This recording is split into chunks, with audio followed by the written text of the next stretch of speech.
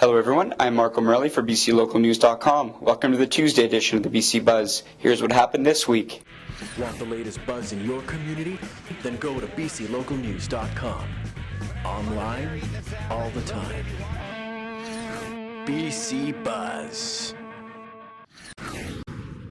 Kelowna police seized over 2,000 pounds of marijuana from a medical marijuana provider who had far exceeded allowable production limits.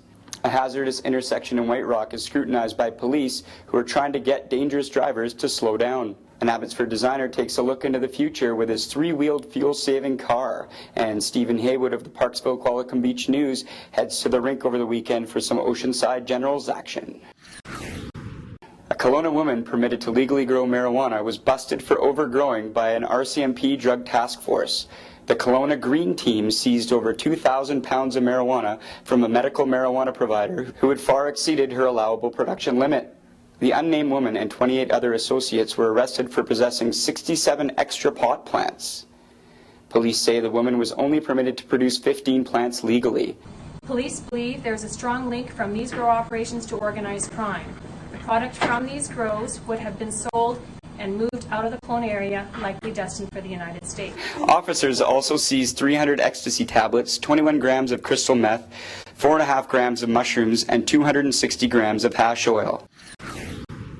In White Rock, a group of plainclothes police officers take a hands-on approach to curbing dangerous driving. Mounties and ICBC teamed up at the intersection of Johnson Road and North Bluff Friday, catching motorists running red lights, not wearing seatbelts, and speeding in an attempt at making the infamous intersection safer. In the South Surrey White Rock area, the intersection is among the top 10 crash hotspots.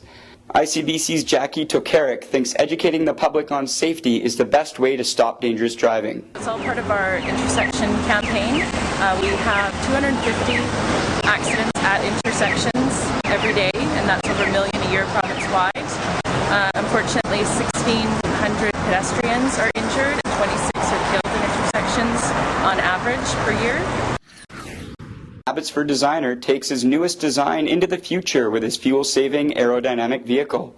Zoltan Bod thinks his latest design will limit the environmental impact caused by cars through lowering fuel consumption and increasing fuel efficiency. Bod believes his Zolico will be so aerodynamic it will get 120 miles per gallon, or about 2 liters per 100 kilometers. Bod's Zolico prototype will feature a three-wheeled, futuristic-looking design. The Abbotsford designer says he still needs $500,000 to make his dream a reality.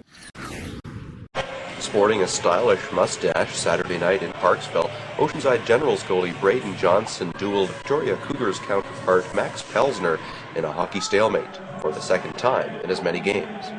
Victoria and Oceanside were in a battle on the ice, playing hard, and both goaltenders made excellent saves.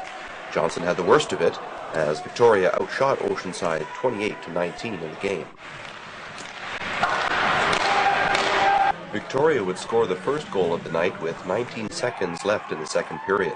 Oceanside, however, would tie things up 1-1 on a Connor Morgan goal fewer than 30 seconds into the third period. 11 seconds later, the Cougars made it 2-1, and it took Oceanside most of the final frame to tie things up and force an overtime period. Neither Pelsner nor Johnson gave up any goals in overtime, forcing the teams to repeat last Thursday's match in Victoria with a shootout.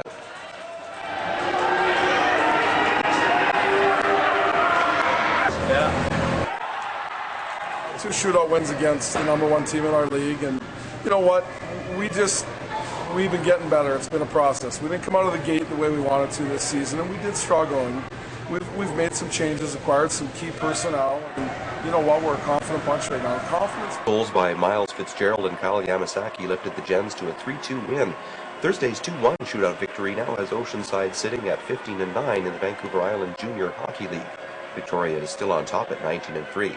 Oceanside's next home game is Tuesday, December 1st versus Comox Valley.